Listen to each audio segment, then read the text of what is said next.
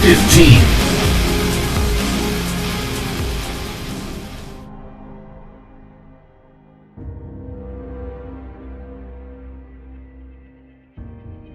Imagine a persistent online open-world New York, where exploration, combat, and RPG player progression are essential.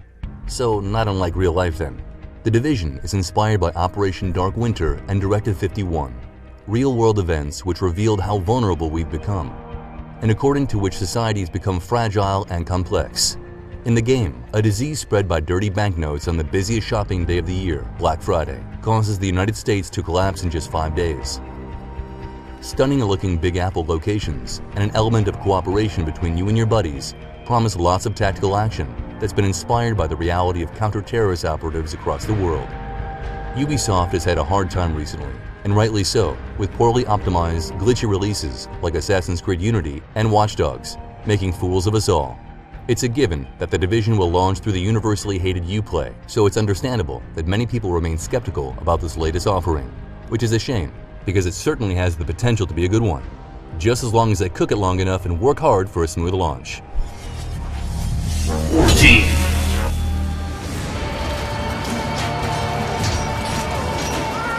There's no doubt that the new Witcher will be enormous in many ways. From finally being a truly open-world title with stunningly beautiful locations and well-balanced character design and development, it all looks like it's been put together with real style. We're in for a fantasy feast of epic proportions, and by epic we mean epic, as there are not 1, not 2, but 16 DLCs planned, all of which will be free, even if you only buy the base version. Couple that with a recently announced second playable character, Ciri, and you're left with a hell of a lot of game content for your euro or pound or buck. With so many badly polished, under-tested games released in the market, it's good to see that CD Projekt Red have pushed the release date back by 3 months to ensure that all bugs are ironed out. CD Projekt Red, we at XP4T like what you're doing and how you're doing it. We tip our hats to you. 13.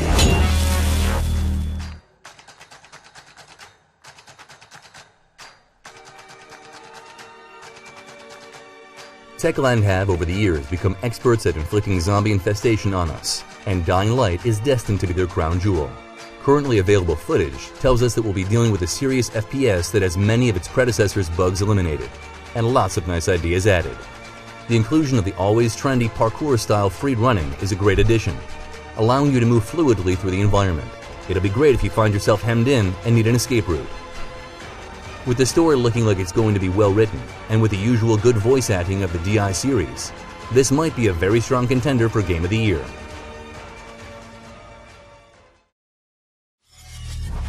12.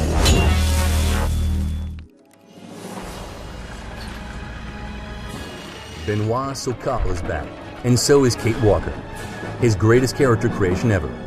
And when these two get together, you know there's no talk of potential disappointment allowed. Fans of adventure games should already have Siberia 3 on the radar. Everyone else can expect a thrilling story told in beautifully rendered locations, with memorable characters. Satisfaction looks to be, by far, guaranteed. 11.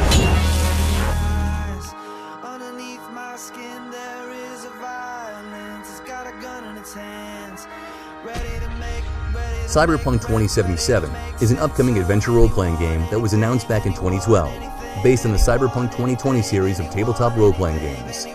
It's currently being developed by those busy boys and girls at CD Projekt Red, The Witcher 2.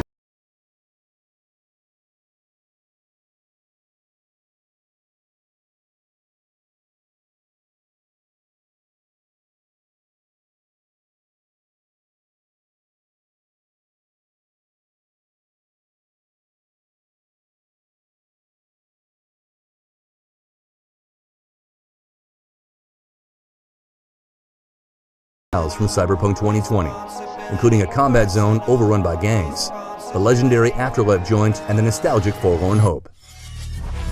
10.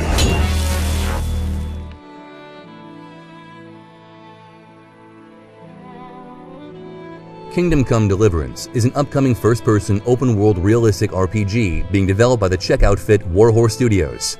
The game is set in 15th century medieval Bohemia and puts its emphasis on historically accurate, realistic content. Kingdom Come: Deliverance will feature period-accurate armor and clothing, combat techniques, and real-world castles. all recreated with the assistance of architects and historians. The story follows the events of a king who's been kidnapped by his brother and a young blacksmith. As the main character, you are sent on the inevitable quest to save him. Fun fact, a young woman who saves the main character from disaster will also be playable at the beginning of the game. According to the devs, you'll find tons of dungeons in the game, but no dragons. Sorry, Gary.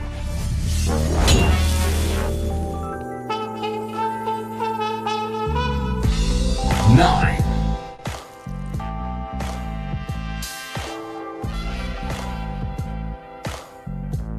PC gamers have been boned again and again by Rockstar, and by current estimates, we'll have been waiting well over 16 months after the game's console release before we get our grubby little hands on the PC Glorious Master Race version.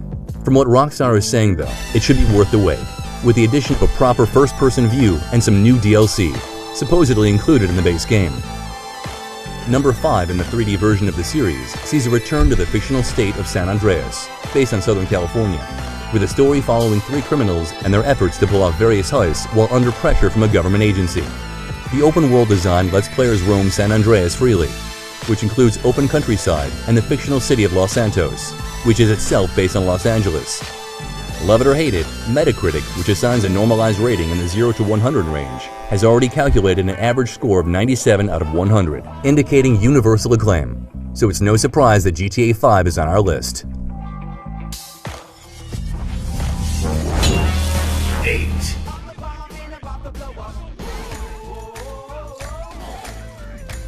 Is there room for another zombie head-smashing title on our list? Yes, there is, especially when it's Jaeger-developed Dead Island 2 and features a massive new world. This time the game takes place in real-world locations like Los Angeles and San Francisco, leaving the first game's fictional island off the coast of Papua New Guinea far behind. Combat has been rendered with different mechanics than Dead Island and Dead Island Riptide, being much more brutal and featuring deadlier but more fragile zombies. In an interesting side note, original developers Techland handed development duties to Jaeger after deciding to focus on the similarly themed Dying Light instead. With both games making big promises, which one will be feasting on the flesh of the players by the end of the year? Right now, it's too close to call. 7.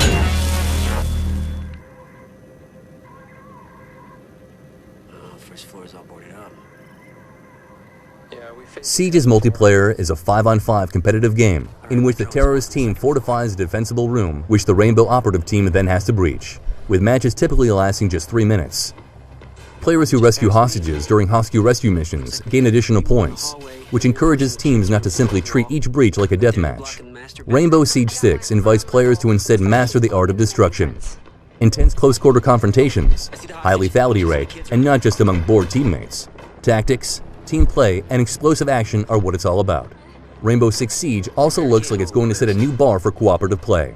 With the rich legacy of the past million years of Rainbow Six games, this one's inclusion on our list is a no-brainer. Shit, they saw me, drone's out. Okay, I say we breach the garage. No, I'd rather not. I mean, they always defend it with a shitload of booby traps. 6.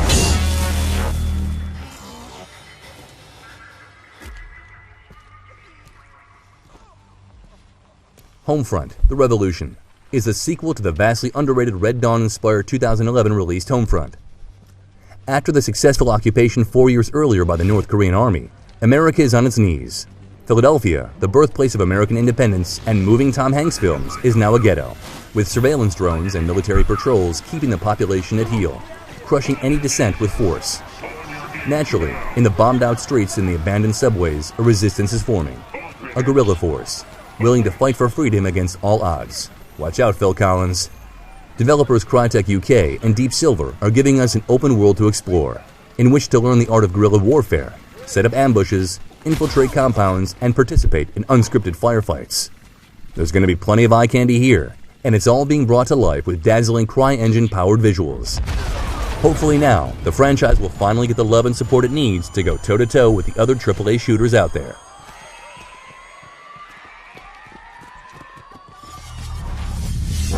5. Orbital, this is Grifter. Time on target, 30 seconds. Understood. Kappa defense grid is down. Grifter, you are clear to engage. Dreadnought is being developed by Dead Island 2 devs Jaeger and published by Greybox Games. It puts us in an era of war and hardship, But as mercenaries, it's also an age of plenty, with fortune favoring the captain who fights under no flag, building their reputation not on rank only, but on grit and fortitude. 2 megaton tacticals. All systems go. The time has come to collect your bounty amid the chaos. Apparently. Locking on target. Dreadnought is all about big ships and big aerial armada combat. Why fly around in tiny, flimsy fighters when you can tear up the clouds in the big mothers most games just paint on their skyboxes with crayons? Each playable craft also comes with fully customizable weapons and abilities. 4.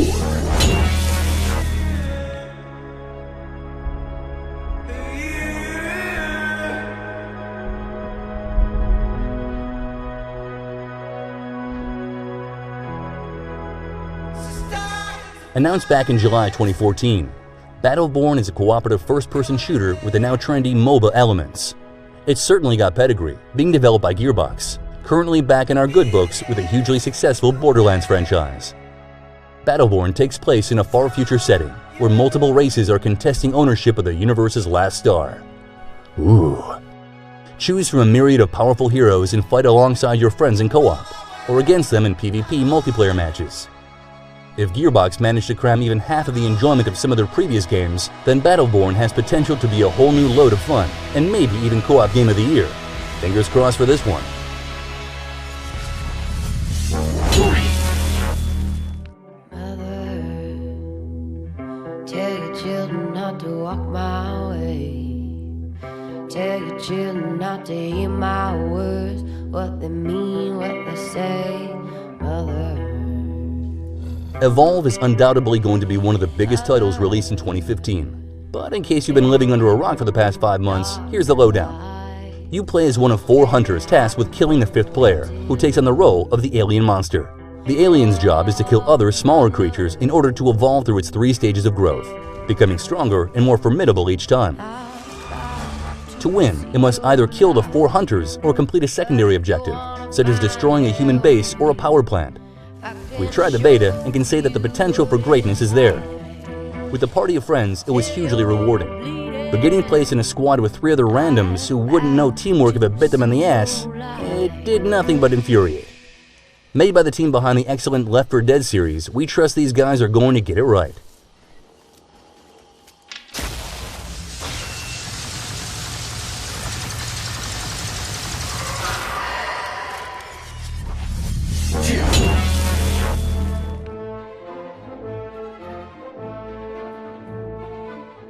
Star Wars Battlefront is an upcoming title currently under development by EA Digital Illusion CE, otherwise known as DICE, to be published by Electronic Arts.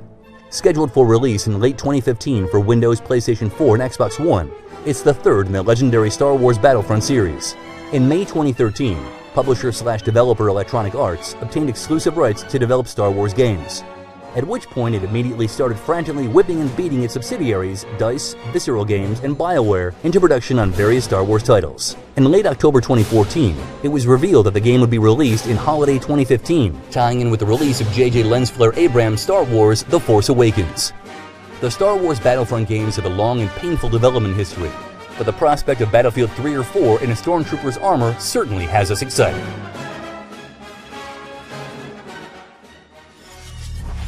1.